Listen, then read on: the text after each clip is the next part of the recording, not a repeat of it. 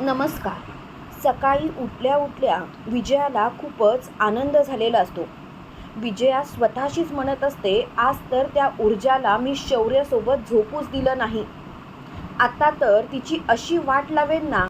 त्यावेळेला तिथे हर्षवर्धन आलेला असतो आणि हर्षवर्धन विजयाला म्हणतो, विजया अगं कसला विचार करतेस? त्यावेळेला विजया बोलते, कसला म्हणजे काय?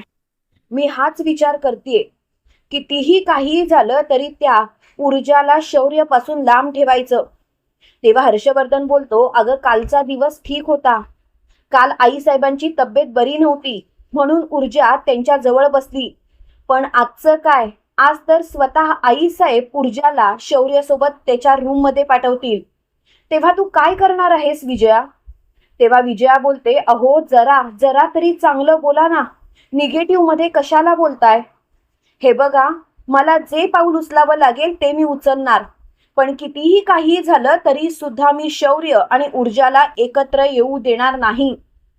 इकडे आपल्याला असं पाहायला मिळतं, विजया तिच्या बेडरूम मधून खाली हॉलमध्ये आलेली असते आणि त्याच वेळेला तिची नजर शौर्याच्या रूम मधून बाहेर पडणाऱ्या ऊर्जावरती पडते.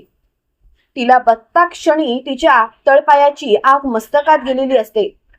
त्यावेळेला लगेच मोठ्याने विजया ओरडते, तू तू शौर्याच्या रूम मध्ये काय करत होतीस? हर्षवर्धन सुद्धा बाहेर आलेला असतो. त्याच वेळेला ऊर्जा बोलते, काकू काकू शांत व्हा. मी शौर्याच्या रूम मध्ये काय करत होते म्हणजे? शौर्याची रूम माझीच रूम आहे ना. आणि तुम्ही एवढ्या का चिडताय? तेवढ्या शौर्य सुद्धा बाहेर आलेला असतो आणि शौर्य बोलतो, मॉम मॉम काय झालं? तू एवढी का चिडतेस? अगं तिने अशी काय चूक केलीये? स्वतःच्या नवऱ्याच्याच रूम मधनं ती बाहेर आलीये ना. तेव्हा मात्र विजया बोलते, शौर्य उगाच शहाणपणा करू नकोस. जबाबदारी जर का घेता येत नव्हती तर जबाबदारी घ्यायची नव्हती ना. हे बघा, तुम्हाला जर का जबाबदाऱ्या पेलवत नसतील ना तर स्पष्टपणे बोला. मोठेपणा करायची गरज काय होती? त्यावेळेला ऊर्जा बोलते, एक एक मिनिट काकू, काय झालं? तुम्ही कशाबद्दल बोलताय? मला खरंच कळत नाहीये. तेव्हा लगेच विजया बोलते, काल रात्री तू स्वतः बोललीस ना आई साहेबांच्या शेजारी मी बसेन म्हणून, त्यांची काळजी मी घेईन म्हणून. म्हणून तर मी निश्चितपणे जाऊन झोपले आणि तू मात्र शौर्याच्या रूम मध्ये होतीस. तेव्हा लगेच शौर्य बोलतो, मॉम अगं ऊर्जा तशी नाहीये. तू जसं समजतेस ना तशी तर ती अजिबात नाहीये. ती तिची जबाबदारी पूर्णपणे पार पाडणारच. त्यावेळेला लगेच मोठ्याने ऊर्जा बोलते, शौर्य तुला माझी बाजू मांडायची गरज नाही. माझी बाजू मांडण्यासाठी मी स्वतः सक्षम आहे. शौर्य तू शांत हो. त्यावेळेला शौर्य बोलतो, काय चाललंय ऊर्जा? त्यावेळेला हर्षवर्धन बोलतो, शौर्य यामध्ये तुझ्या बायकोची चूक दिसत नाहीये का? अरे आई साहेबांना काल रात्री काही झालं असतं तर? त्यावेळेला ऊर्जा बोलते, प्लीज जहागीरदार सर तुम्ही असं नका बोलू. मला सुद्धा आजींची काळजी आहे. तुम्ही नका काळजी करू. अहो मी शौर्य सोबत त्याच्या रूम मध्ये गेले कारण आदित्य दादानी मला स्वतः सांगितलं की आजींची काळजी ते घेतील. आणि रात्रीच्या वेळी पूर्ण रात्र आदित्य दादा स्वतः आजींच्या शेजारी बसून आहेत. हे ऐकल्यानंतर विजया बोलते, काय? या मूर्ख आदित्यला कुणी हे करायला सांगितलं होतं? काय गरज होती? याचा अर्थ तू शौर्य सोबत रात्रभर होतीस. तेव्हा लगेच ऊर्जा बोलते, हो त्यात काय झालं? नवरा आहे तो माझा. त्यावेळेला विजया पटकन बोलून जाते, अगं एवढं सगळं मी घडवून आणलं ते कशासाठी? तू आणि शौर्य एकत्र यायला नको म्हणून ना. हे बोलल्यानंतर ती चांगलीच तोंडावर आपटलेली असते. हर्षवर्धन लगेच तिला चिमटा काढतो पण शौर्यानी मात्र तीच गोष्ट पकडलेली असते. शौर्य लगेच मोठ्याने बोलतो, मॉम मॉम एक मिनिट थांब. हे सर्व काय चालू आहे मॉम? मॉम तू असं का बोललीस? मला उत्तर दे मॉम. तेव्हा लगेच विजया बोलते, शौर्य प्लीज तू उगाच माझ्या शब्दाचा अर्थ वेगळा काढू नकोस. त्यावेळेला शौर्य बोलतो, बस मॉम, लाज वाटतेय मला तुझी. म्हणजे तू आजीच्या आजारपणाचं खोटं खोटं नाटं सांगून ऊर्जाला आजीच्या शेजारी बसवत होतीस जेणेकरून ऊर्जा आणि मी एकत्र येऊ नये म्हणून. का का मॉम असं का केलंस तू? अगं तुझ्या या वागण्याचा अर्थ तरी काय लावायचा? जरा तरी विचार करत जा ना. त्यावेळेला हर्षवर्धन बोलतो, शौर्य शांत हो. त्यावेळेला ऊर्जा बोलते, शौर्य कदाचित शांत होईल पण मी मात्र शांत होणार नाही. हर्षवर्धन जहागीरदार आणि विजया हर्षवर्धन जहागीरदार, तुम्ही आम्हाला एकत्र न येण्यासाठी जे जे प्रयत्न करताय ना, ते प्रयत्न मी सगळे तुमचे हाणून पाडेन. तुम्हाला काय वाटलं काकू, तुम्ही जे ठरवाल ते माझ्या लक्षात येणार नाही? अहो, तुम्ही इथेच तर फसलात. काल रात्री डॉक्टरांचा फोन आला होता आणि त्यांनी मला स्वतः सांगितलं की आजींच्या तब्येतीला काहीच धोका नाहीये, मुळात त्यांना हार्ट अटॅक येऊ शकत नाही. आणि तेव्हाच माझ्या मनात संशयाची पाल चुकचुकली आणि तेव्हाच मी माझ्या मनाशी गाठ बांधली. कितीही काही झालं तरी तुमचा हा खोटा चेहरा शौर्य समोर उघडा पाडणार. शौर्य, मी तुला सांगितलं होतं ना, 10 दिवसाच्या आत हे मला घराबाहेर काढणार असा प्लॅन होता यांचा, म्हणून तर यांनी मला या घरात आणलं होतं. पण तू मात्र माझ्यावरती विश्वास ठेवला नाहीस. त्यावेळेला लगेच शौर्य बोलतो, ऊर्जा ऊर्जा शांत हो, मला सगळं काही कळतंय. तेव्हा ऊर्जा बोलते, नाही शौर्य, तुला समजतच नाहीये तू काय करतोयस ते. शौर्य, तू माझ्यावरती चिडलास, पण हर्षवर्धन जहागीरदार कोणत्या टोकाला जाऊ शकतात ना हे तुला माहिती नाही. तेव्हा विजया बोलते, गप्प बस, सारखं काय लावलंयस हर्षवर्धन जहागीरदार हर्षवर्धन जहागीरदार? सासरे आहेत ते तुझे, तुला एवढं सुद्धा कळत नाही का? तेव्हा लगेच ऊर्जा बोलते, हो का, सासरे आहेत ते माझे? मग तुमच्या सुद्धा ही गोष्ट लक्षात येत नाही का, मी तुमची सून आहे म्हणून, तुमच्या मुलाची बायको आहे आणि तुम्ही माझ्यासोबत असल्या घाणेरड्या चाली खेळता? तेव्हा विजया बोलते, तू गप्प बस ग, कशावरून तू डॉक्टरांचा फोन आला हे खोटं बोलत नसशील? शौर्य, तुझा हिच्यावरती विश्वास आहे, तुझा माझ्यावरती विश्वास नाही का? तेव्हा शौर्य बोलतो, मला कोणावरतीच विश्वास ठेवायचा नाहीये, मुळात कोणावरती विश्वास ठेवावा हेच मला कळत नाही. तेवढ्यात आदित्य बाहेर आलेला असतो आणि आदित्य शौर्याला बोलतो, शौर्य, शहाणा असशील ना तर स्वतःच्या बायकोवरती विश्वास ठेव, कारण ऊर्जा अशी मुलगी आहे जिला मी ओळखलंय. दिव्या आणि ऊर्जामध्ये खूप फरक आहे शौर्य. तेव्हा दिव्या बोलते, आदित्य उगाच कंपॅरिझन करू नकोस. तेव्हा आदित्य बोलतो, गप्प बस दिव्या, दिव्या तुझ्यात खोटं बोलण्याची वृत्ती आहे, तर ऊर्जामध्ये खोटं खोडून काढण्याची वृत्ती आहे, ती कायमच सत्य बोलत आली आहे. आणि म्हणूनच मी सांगतोय शौर्य, डॉक्टरांचा काल रात्री फोन आला होता, माझ्यामध्ये आणि ऊर्जामध्ये जे काही संभाषण झालं ते मला ऐकल्यानंतरच माझ्या एक गोष्ट लक्षात आली की मी आजीजवळ बसलं पाहिजे, कारण माझ्या मॉमनी रचलेला हा प्लॅन आहे.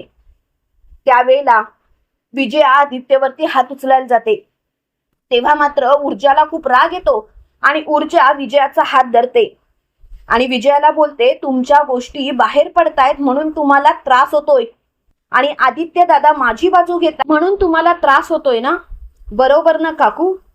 त्यावेळेला विजया बोलते, गप्प बस, अगं माझ्या एका मुलाला तर माझ्यापासून कायमचं दूर केलंच आहेस, पण दुसऱ्या मुलाला सुद्धा हाताशी धरून माझ्याच विरोधात प्लॅन रचतेस.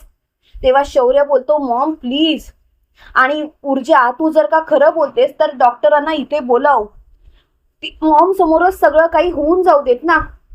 तेव्हा लगेच ऊर्जा बोलते, शौर्य मला माहिती होतं डॉक्टरांना इथे बोलवावंच लागणार आणि म्हणूनच मी ऑलरेडी डॉक्टरांना इथे बोलावलंय, जे काही आहे ते इथल्या इथे घडणार आहे.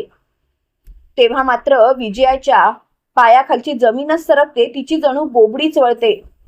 हर्षवर्धन विजयाच्या कानात फुटफुटतो, तो तिला म्हणतो, बघितलंस, मी तुला सांगत होतो नको ते करू नकोस, तुझ्याच अंगाशी आलं ना, आता मी सुद्धा काहीच करू शकत नाही. त्यावेळेला विजया बोलते, तुम्ही गप्पच बसा, हे सर्व ना तुमच्यामुळे झालंय, मी त्याच दिवशी जर का या मुलीला स्वीकारलं नसतं ना तर बरं झालं असतं, कदाचित ही वेळच आली नसती आज माझ्यावरती.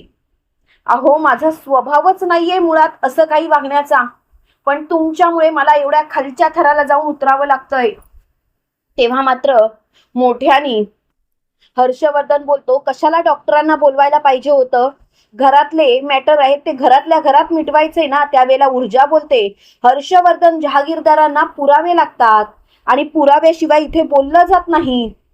त्यावेळेला हर्षवर्धन बोलतो, तू मला असे टोमणे मारू नकोस आणि तुझा ॲटिट्यूड आहे ना तो तुझ्याजवळ ठेव, मला नाही दाखवायचा. तेव्हा शौर्य बोलतो, डॅड डॅड प्लीज, आत्ताच होऊन जाईल ना जे काही आहे ते, डॉक्टर येतच असतील आणि तेवढ्यात मात्र जहागीरदारांच्या घरात डॉक्टर आलेले असतात. डॉक्टर येताच ऊर्जा बोलते, हर्षवर्धन जहागीरदार डॉक्टर आले, आणि ती डॉक्टरांना समोर घेऊन येते. त्यावेळेला मात्र डॉक्टर मोठ्याने बोलतात, ऊर्जा जहागीरदार तुम्ही मला बोलावलं म्हणून मी आलो. त्यावेळेला ऊर्जा बोलते, डॉक्टर खरोखर थँक्यू, तुम्ही माझ्या शब्दाचा मान राखलात. तेव्हा लगेच डॉक्टर म्हणतात, काय झालं? त्यावेळेला ऊर्जा बोलते, खरं खरं सांगा डॉक्टर, आईसाहेबांच्या तब्येतीला काही धोका आहे का? म्हणजे आजींना हार्ट अटॅक वगैरे येऊ शकतो का? त्यावेळेला डॉक्टर बोलतात, अहो काय बोलताय तुम्ही? अहो मी तुम्हाला स्पष्टपणे सांगितलं होतं, त्यांना दगदग झाली आणि त्यांना अपचन झालं. खरं तर हे सर्व गॅसेसमुळे झालं हे सुद्धा सांगितलं होतं. तरी सुद्धा तुम्ही हा प्रश्न मला का विचारताय? त्यावेळेला लगेच शौर्य बोलतो, नाही तुम्ही माझ्या मॉमशी काही बोलला होतात का एकांतात? तेव्हा लगेच डॉक्टर बोलतात, अजिबात नाही. अहो काय बोलायची गरज, काही असं सिरियस नाहीच आहे. तेव्हा मात्र विजया चांगलीच तोंडावर पडते. त्यावेळेला विजया काही बोलणार, त्यावेळेला हर्षवर्धन बोलतो, डॉक्टर तुम्ही आलात म्हणून थँक्यू, आता तुम्ही येऊ शकता. तेव्हा लगेच डॉक्टर बोलतात, पण कुमुदिनी मॅडमची तब्येत कशी आहे? त्या बऱ्या आहेत ना? त्यावेळेला लगेच ऊर्जा बोलते, हो आजींची तब्येत अगदी बरी आहे आणि त्यांना आराम सुद्धा मिळालाय, आता काळजी करायची गरज नाहीये. त्यावेळेला डॉक्टर म्हणतात, तुम्ही अशीच काळजी घ्या त्यांची, त्या लवकरच रिकवर होतील. आणि डॉक्टर तिथून निघून गेलेले असतात. त्यावेळेला शौर्य मात्र खूपच चिडलेला असतो. तो मोठ्याने बोलतो, मॉम तू हे सर्व असं का केलंस? तुला खोटं बोलायची गरजच काय होती मॉम तुझ्या अशा वागण्यामुळे काय घडतंय माहिती आहे का? तू खूपच चुकीचं वागतेस. त्यावेळेला मोठ्याने विजया बोलते, शौर्य तू तुझ्या आईशी बोलतोयस विसरू नकोस. तेव्हा शौर्य बोलतो, आज फक्त मी तुझ्याशी बोलतोय कारण तू माझी आई आहेस म्हणून, पण माझ्या बायकोच्या विरोधात अशी कटकारस्थान रचणाऱ्या बाईला मी सोडलं नसतं. त्यावेळेला मात्र हर्षवर्धन बोलतो, शौर्य तोंडाला लगाम दे, उगाच काहीही बोलू नकोस. त्यावेळेला शौर्य बोलतो, डॅड मॉम मी तुम्हाला त्याच दिवशी सांगितलं होतं ज्या दिवशी मी ऊर्जाशी लग्न केलं होतं. ऊर्जा जर का तुम्हाला पटत नसेल तर मी ऊर्जाला घेऊन हे घर सोडून जातो. पण त्यावेळेला मात्र तुम्ही जे काही नाटक रंगवून मला इथे थांबवलं ना, ते चुकीचं केलं. म्हणजे तुम्ही सगळा खोटेपणा केलात माझ्याशी. आणि मॉम मी तुला स्पष्टपणे सांगतो, या जन्मात काय पुढच्या 7 जन्मात ऊर्जा आणि शौर्याला कोणीही वेगळं करू शकत नाही. त्यामुळे तुझी ही कट कारस्थानं पूर्णपणे थांबव, कारण तुझ्या मनासारखं कधीच घडणार नाही. शौर्य फक्त ऊर्जाचाच आहे आणि कायम ऊर्जाचाच राहणार. तेव्हा मात्र ऊर्जा बोलते, काकू मला नाही माहिती तुम्हाला माझ्याबद्दल एवढा राग का आहे, तुम्ही माझ्यावरती एवढं का चिडता, पण काकू मी एकच सांगेन, मी शौर्यवरती अगदी मनापासून प्रेम करते. मी त्याच्याशिवाय अजिबात राहू शकत नाही. तुम्ही प्लीज असा विचार सुद्धा मनात आणू नका काकू. खरंच तुमच्या या वागण्यामुळे मला त्रास होतोय. मी ज्या काकूंना ओळखते त्या ह्या काकू नाहीच आहे. मुळात तुमचा स्वभावच नाहीये काकू. तेव्हा लगेच मोठ्याने विजया बोलते, नाहीच आहे हा माझा स्वभाव. मला माझ्या स्वभावात बदल करावे लागले, तेही तू घरात आल्यामुळे. मला या घरात अर्पिता सून म्हणून पाहिजे होती, पण तुझ्यामुळे माझं ते स्वप्न भंगलं. अगं त्या मुलीची अवस्था तरी बघ कशी झाली ती, बघितलीस ना स्वतःच्या डोळ्यांनी. तरी सुद्धा तुला आमच्या आयुष्यात राहायचंच आहे का? जा ना बाई आमच्या घरातून.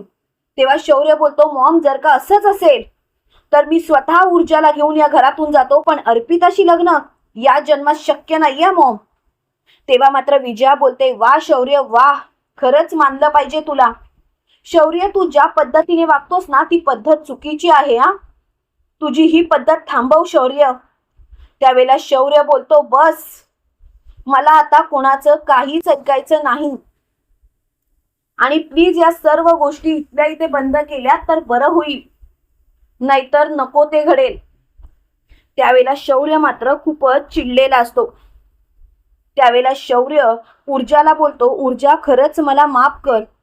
माझ्या पाठीमागे या घरात तुला काय काय सहन करावं लागतंय आणि माझ्या मात्र या गोष्टी लक्षातच आल्या नाहीत.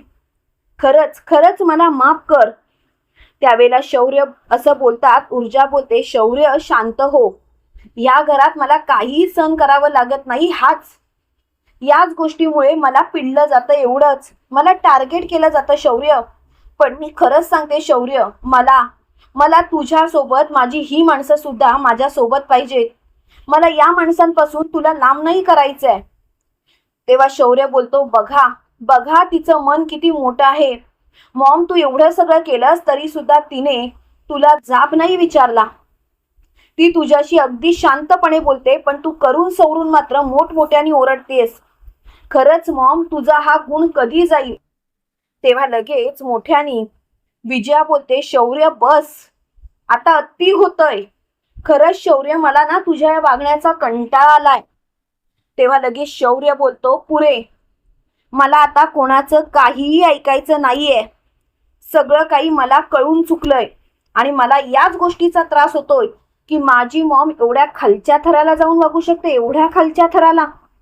तुम्हाला काय वाटतं मित्रांनो, विजयाचा खरा चेहरा समोर येऊन सुद्धा शौर्य शांत बसेल की आता शौर्यने ऊर्जाला हाताशी धरून विजय आणि हर्षवर्धनला धडा शिकवला पाहिजे?